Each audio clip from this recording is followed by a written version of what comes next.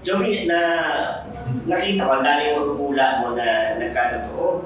In fact, yung sabi mo, last year, ganitong time din, 2024, year of disasters. Ayoko pa maniwala sa ito kasi parang napaka-morbid. Pero nagkatotoo, no? Daming baha, no? May mga earthquake, kung saan-saan, volcanic eruption, inula mo lahat yun.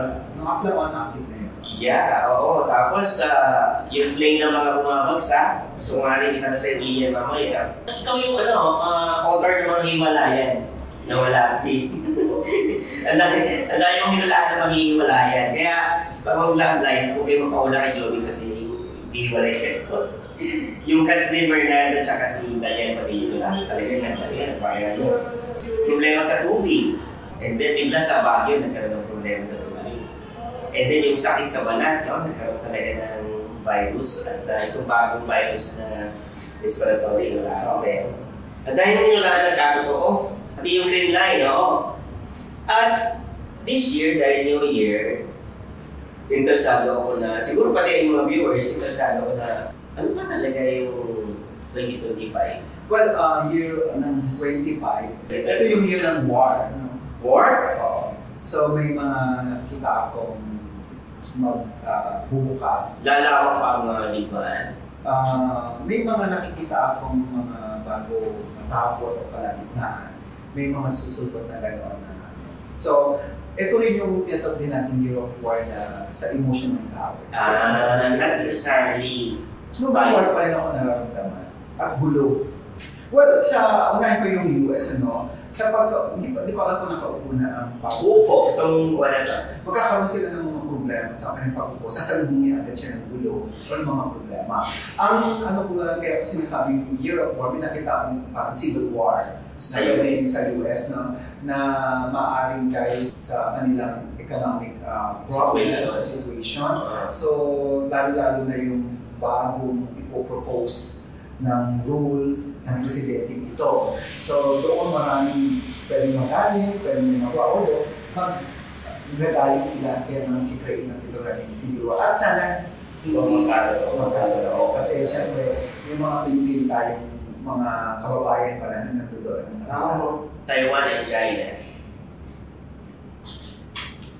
Ito may problem, yung pakiklaim na tinatawag. So malakas ang talaga na isulong ng China na maging kanila talaga. Pero hindi sumasang-ayon ang Taiwan. Ayaw nila no? Kasi mas gusto nila na nakahiwalay, hindi sila part ng China. Although talaga naman kukunin natin sa history, part ang Taiwan sa China. Ayaw nilang maging bahagi ng China. Kumbaga parang sila ay isang state na independent. Ilalaman. Pero parang nangyari na rin mo yan sa Hong Kong. Oo nga, noong 1987. Na kinuha rin. Tingin mo mangyayari. Diba? Sino ba mas powerful ang Taiwan? Parang hindi papayag ng Japan. Oo, kasi partner US hindi papayag. Oo, hindi rin. Pero kasi nga, matigas ang yung ulo ng China. Kasi sa history nga yung base na part ng China. Pero, ang palagay ko, ang mga tao ng Taiwan, parang talagang hindi papayag. Okay. So, hindi pa ganun kabilis itong taon itong year na ito. Marami pagdadaanan pa mga issue. Most likely, hindi naman nila makukuha. Pero hindi pa agad. Okay. How about yung dahil sa Ukraine, diba, sa Israel?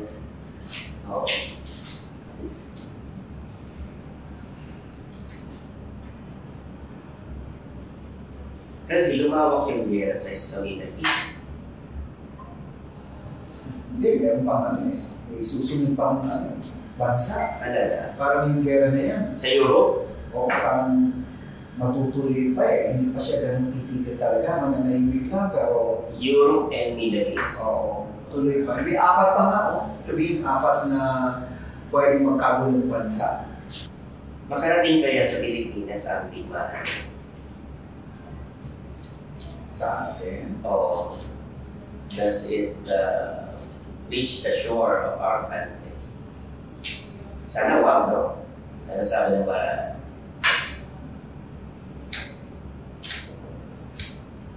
Gulo lang, pero hindi matatawag. Hindi talaga. Hindi na awan ng Diyos. Hindi naman. Okay.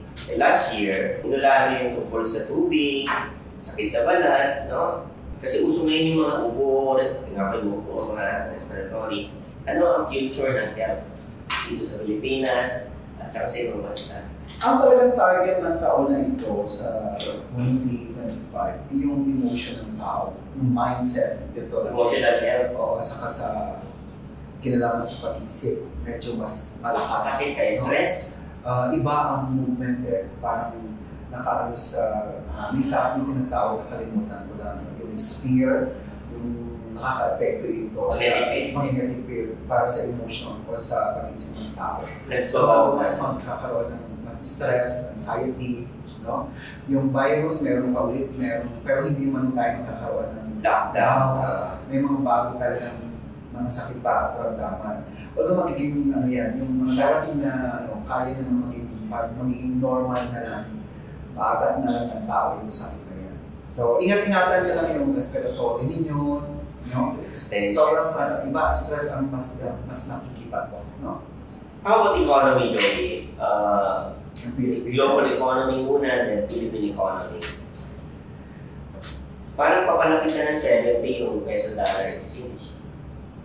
Kung ano yung gulo ng ekonomiya natin, sa ng global, Pero kasi ang nakikita ko sa taong ito, mas automation Automation. Tapos yung AI magiging mas more sa mga bansang mauunlad, particular sa mga, let's say, Japan, Russia, Germany, yung talagang AI, mas i-apply ang taon na ito sa mga mauunlad na bansa.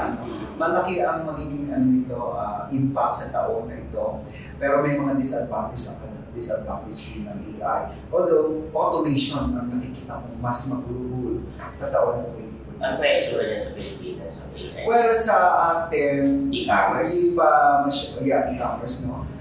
Siguro yung mga company na mas mataas lang yung sabihin yung technology nila. Oo, yung technology nila. Pero hindi pa rin masyadong 100% may-apply dito sa Pilipinas. Kasi maapektuhan ng labor, Mababa na ng sweldo sa katanggalan. Tatanggalan pa. Hindi papayagan ng mga tao. Yung peso-dollar exchange, talaga bang aabot ng 70? May nagsasabi 69 na, pero nasa 50 plus pa lang naman, aabot kaya yan ng 70 sa taon na to. And who will benefit siya? Pero sa akin, hindi pa ganoon yung aabot Pwede lang siya maging 65. Mataas yun nasa 50 plus pa lang naman. 65 hindi, kahit patuloy pa rin. Hindi naman paabot iba. Pag ganyan umabot na 70 na po, ibang kagulo sa kanya. Impeachment. May war between the vice president and the president. Patutuloy kaya ang impeachment kay VP Sara bago mag-election? Or si Speaker ba ang mag-impeach bago mag-election? Kasi may ganong call this January. May malaki daw marcha. Kaya na, may mga tao sa EDSA. Tapos sa iba, may nakita akong parang kabuluan. Itis na i-post mo na yun. Sabi mo nga, Enero daw. Sabi mo sa wala mo doon sa mainstream media. Actually, doon lumabas yung character ng lalaki. And then, isang babae. Pero itong sa babae, may biglang parang kumaga sa na-erase yung niya. Matatanggal yung controversy niya. Parang may isang tao na hindi ko alam kung paano nakagawa ng way na hindi nyo pwedeng hindi nyo pwedeng hawakan yan. Galawin yan. O pwedeng galawin yan. So, pero dalawa yung impeachment na na magiging issue sa taon ng 2020. Okay, dyan Speaker at saka isa. Dalawa yun kasi 1 and 2 ito. Ang problem lang dito, mas malinaw yung hatak ng lalaki. Ano yung sabihin mong hatak? Mas malakas yung... Mas malakas na matatanggal siya. May... hindi siya mas magiging mas... Kaya hindi ko sabi baka magkaroon ng liluto. Itong dating magbabago ang takbo ng government natin. May mga papalitan, may mga isip. So yun, abangan po natin yan, How about after election? Kasi may nagsasabi, if hindi nyo i-impeach si Sara before election at mag-survive ang mga Duterte sa Davao at sa national politics, Mangangalit na si BBM. Ano ang future after election? Ano yun, no? Mahirap kasi both parties ay talagang parehong nasa red card. Nandito sa titong natin. Talagang itahan o giit na tinatawag. Ang ano ko lang parang meron din pag-uusap na maaari magkaroon ng kasunduan, reconciliation sa dalawang partido. Ngayon, kung sakali man hindi matuloy, maliipit lang, pwede pa rin naman ipagpatuloy, maaari patuloy pa rin ang CPP. Kasi nasabi ko parang meron build-up natin kasunduan. So most likely magkakasundo yan. Ganun may latte, may comeback. Sana yung ganun naman. Abangan po natin yan. Ayoko mangyari yung gulo.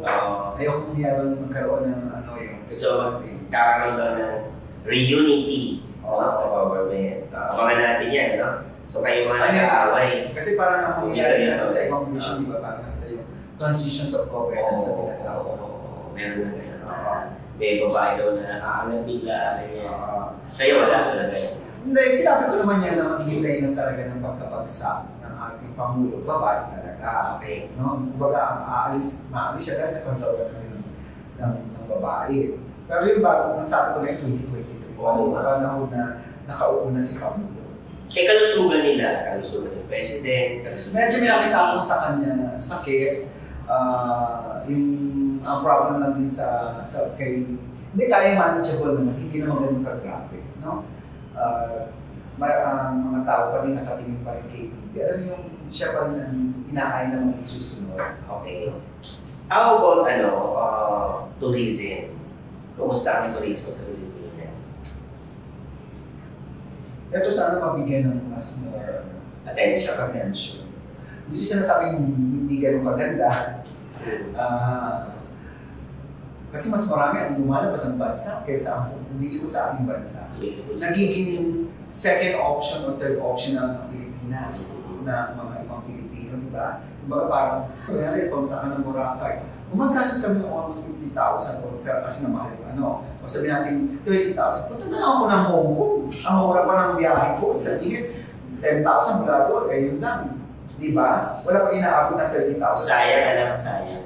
Kaya yung tourism sana, mas bigyan pa rin ng pagiging aktibo, bigyan ng importance. Nasa gobyerno. Kasi maganda kasi yung income generated din. Maraming trabaho. Nasaan ba yung mga tourism natin, ambassador? Oo nga. A beauty contest, mananalo ba tayo sa... Tapos na ba yun, mga beauty contest? Meron pa magbagong beauty? Meron papasok. Hindi pa pasok. Medyo meron lulusot. Pero hindi ko makita yung as in the crown itself. O baka mamaya, first runner-up. Mga ganun na. Pero saan ko yung pumasok na? Okay.